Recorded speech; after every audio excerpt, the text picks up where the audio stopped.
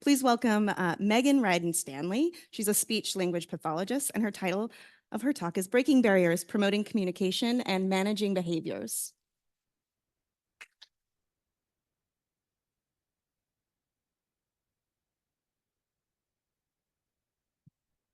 Okay, well, first I got to figure out this clicker thing. So hi, everybody. I'm super honored to be here. And I want to start off by saying thank you to Shpila, even though she's not here, but being as how we got our diagnosis only a year ago, I cannot believe everything that's been put together. And also thank you to all of the researchers and scientists that are here. I'm blown away by the amount of people that are working so hard for our children. So again, my name is Megan Stanley. I'm a speech therapist and also a CTNMB1 mom. All right. I have a master's degree in speech language pathology from the University of South Florida. We're from Florida. We still live there. I have experience working with children, both in elementary schools and in private practice. And I'm also a mom too. That's my little dragonfly, Liliana. A quick caveat, as you can probably already tell, I'm super nervous. I am not a scientist or a researcher or a presenter at all, but I don't normally present, so just bear with me. But as I said, I am a speech therapist and also a CTNMB1 mom, which has been a very interesting journey, and so I'm hoping that I can just share with you some of the things that I've learned along the way that hopefully will be helpful. So today's presentation is really going to be just a brief overview of a lot of very large topics, targeting communication and also a little bit of behavior. And I'm going to sprinkle in a little bit about Lily as we go. So because it's going to be very brief, I will share my contact information at the end, and I'm very, very happy to help with any questions or any additional information that is needed. Another note that I wanted to make is that, as several of the other presentations today have done, I'm primarily going to be discussing communication from an autism perspective. So I know that Lily has a diagnosis of autism and a lot of our children do as well. Some do not, but I'm still hoping that some of these concepts will be helpful for those children. And we're also going to primarily be focusing on our nonverbal and minimally verbal children. So my presentation today will be very different than the previous one, which is wonderful, because there are so many different approaches and treatment styles in speech therapy. There are no black and white answers. It's really whatever works best for your family and for your child. And the reason that I'm saying that is because my personal treatment approach is always going to be prioritizing functionality. So the example that I usually give to my parents that I'm working with is, we're from Florida, so I always say Disney. So we're at Disney World, and we never want this to happen, but if your child who is nonverbal or minimally verbal gets separated from you, are they able to approach somebody that they don't know and communicate in some way, a way for them to be safe? Their name, your name, their phone number. That's what I mean by functional communication. So how do we do that? We do that through AAC. AAC stands for Augmented and Alternative Communication. This can encompass anything from just low-tech picture-based supports, if you've seen picture exchange communication, all the way up to our more high-tech speech-generating communication devices. So I will most likely be referring to those as SGDs for speech-generating devices, or with my kiddos, I call them their talker. So sometimes I'll just say the talker. In the field, we used to think more so that we needed to start with the pictures, with the low tech, to build some functional skills. However, that is changing. We're realizing that the incoming generation is better at technology than we are.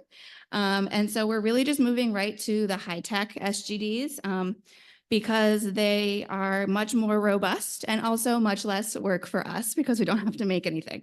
Us as our speech therapists and also parents. A lot of parents will ask me about sign language. So I love sign language. It's a beautiful language. And I do often start out with my nonverbal kiddos trying some baby sign to see if I can get some verbal communication. But if I don't get verbal communication going fairly quickly based on that, I will move over to AAC. And that is because sign language, while amazing, is not universal and so not really functional. So again, back to my Disney example, if our child is at Disney and goes up and starts signing to, Cinderella that they need help and this is my name, they're not likely to understand. However, pictures are the most universal form of communication. So I had a good little lead up yesterday with Dr. Laurent when he was asked about why he puts so many videos in his presentation, is because everybody likes to look at pictures, and pictures are the same to everybody, and as well as videos. So that's why we want to be using picture-based communication as much as possible in the beginning. So of course, the end goal is always going to be verbal communication. But the process of verbal communication and developing this can be time consuming. And like Magda said, it's very, very hard work. So what can we use in the meantime to get our kids communicating their wants and needs? And thankfully, all of the research does show that using the SGD increases verbal output.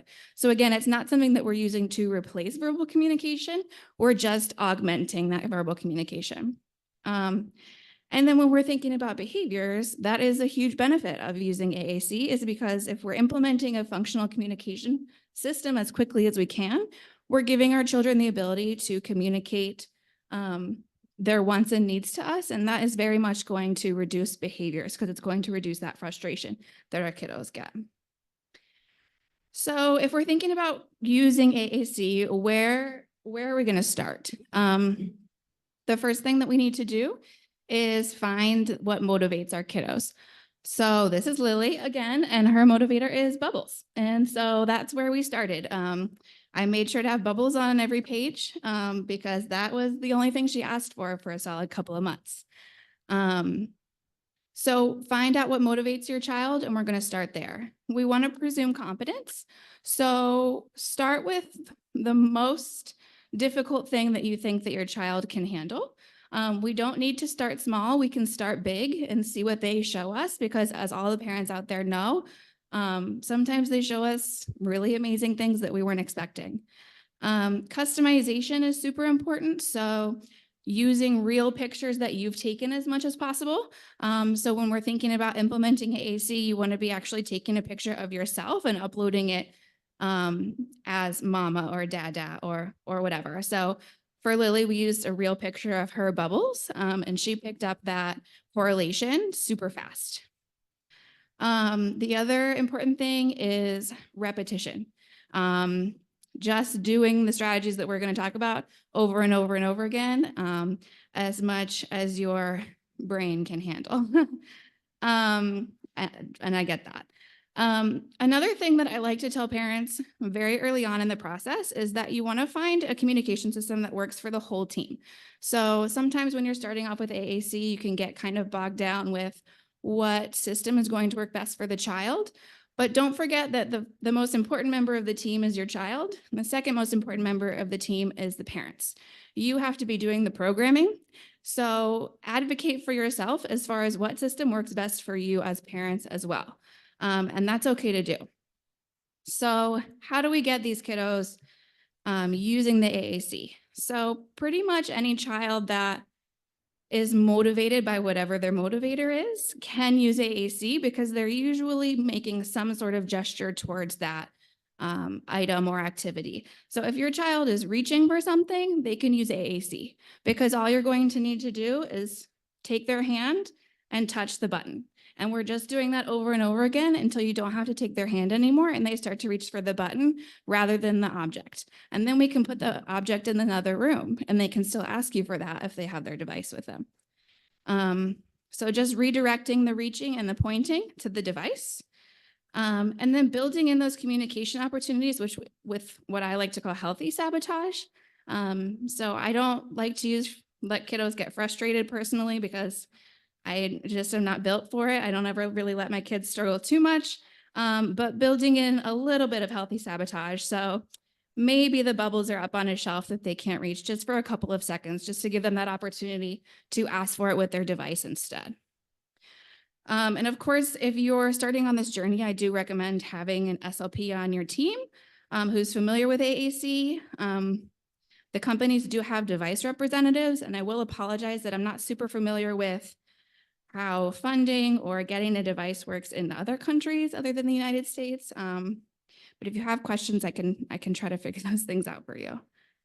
Some more considerations that we had with Lily specifically, and that would apply to all of our CTN and B1 children, or most of them, is vision concerns. So we do have to factor in their vision issues, because when you're picking a device, you're going to be picking the size.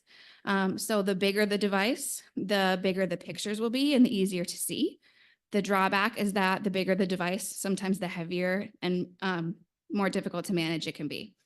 As well as the field of pictures, how many pictures you have. Again, the more pictures you have, the smaller they are, and they can be harder to see. So we just have to kind of play around with those options.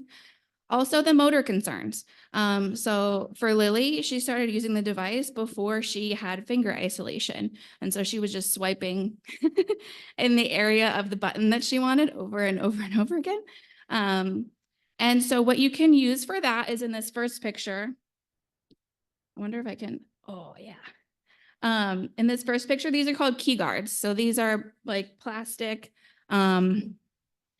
things that go on top of the device, and they give a border for each picture. So if they have a hard time pushing on that one picture, it'll give them a barrier so that they can't accidentally slide and push a bunch of other things. And then the other thing that we want to think about is masking, which is for this picture. I'm so excited for this pointer, you guys.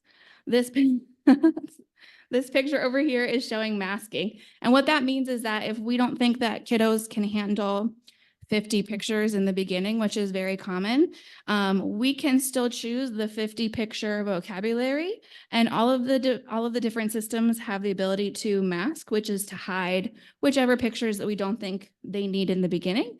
That way, when they're growing with their use of the device and you're adding the pictures back in, we're not changing the location and making them start all over again.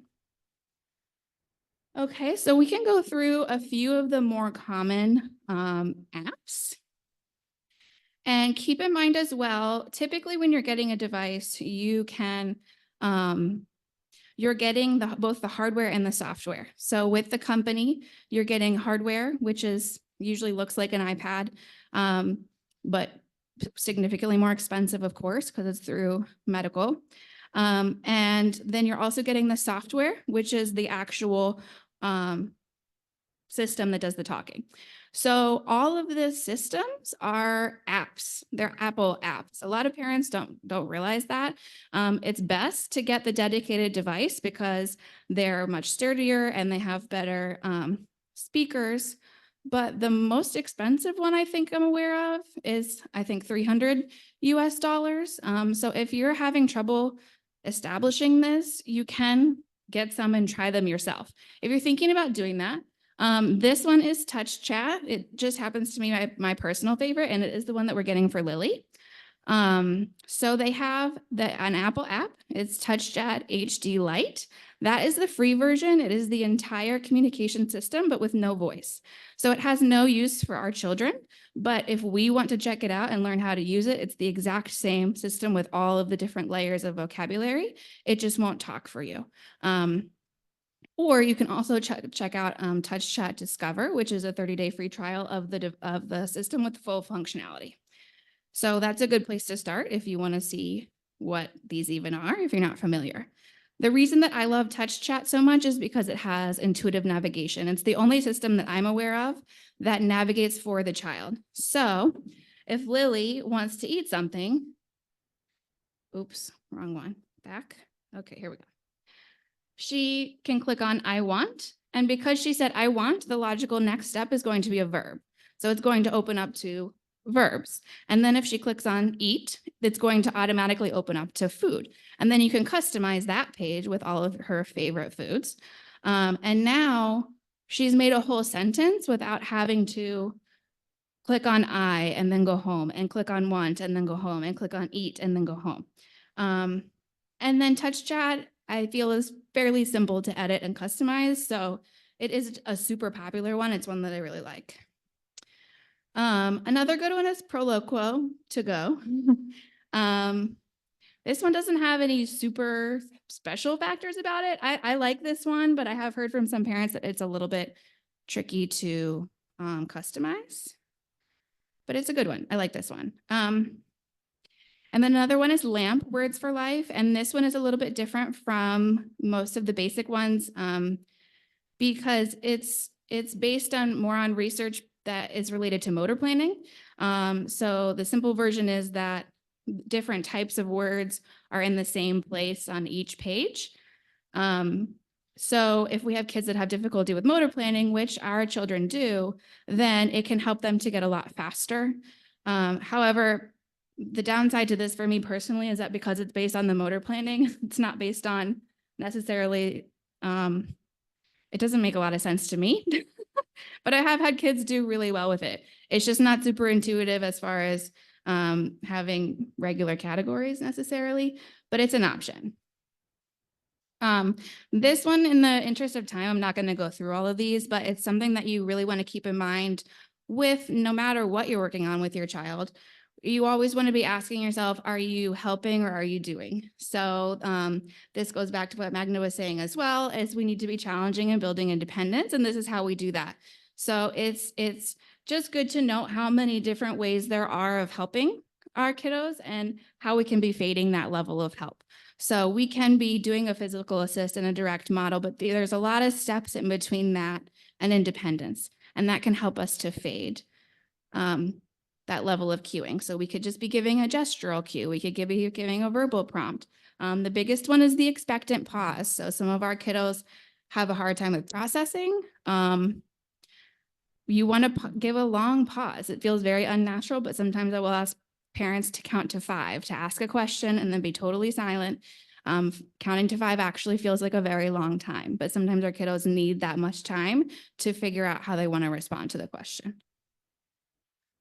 And then a little bit about behaviors, because Shpila was asking me if I can talk a little bit about behaviors. I'm not a behavior specialist. I do work with a lot of kiddos that have behaviors. So this is what I do when I encounter that.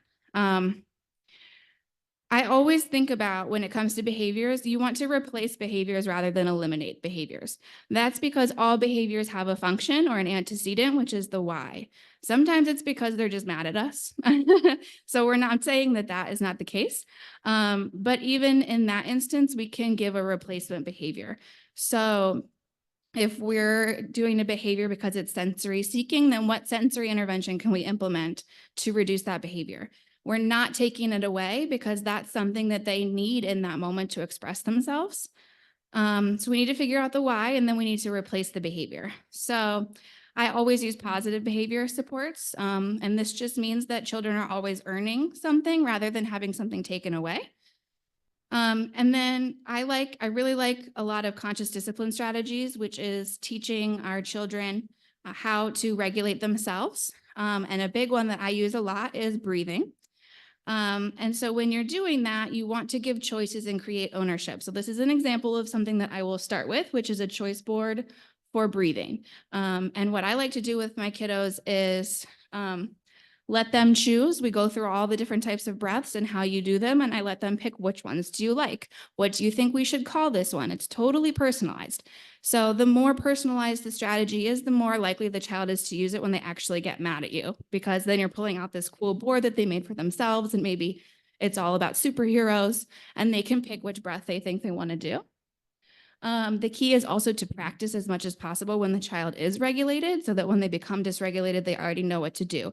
You can't teach managing behavior in the middle of behaviors happening.